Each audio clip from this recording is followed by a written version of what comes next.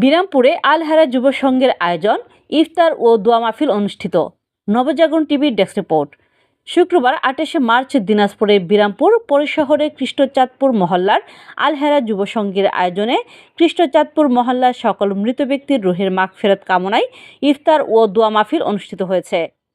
কৃষ্ণচাঁদপুর বড় জামে মসজিদের সভাপতি আব্দুল মতিন সাহেবের সভাপতিত্বে আফম মাহদি হাসানের সঞ্চালনায় উক্ত দোয়া মাহফিলে প্রধান অতিথি হিসেবে উপস্থিত থেকে মূল্যবান বক্তব্য রাখেন কৃষ্ণচাঁদপুর বড় জামে মসজিদের ইমাম ও খতিব মাওলানা মামুনুর রশিদ।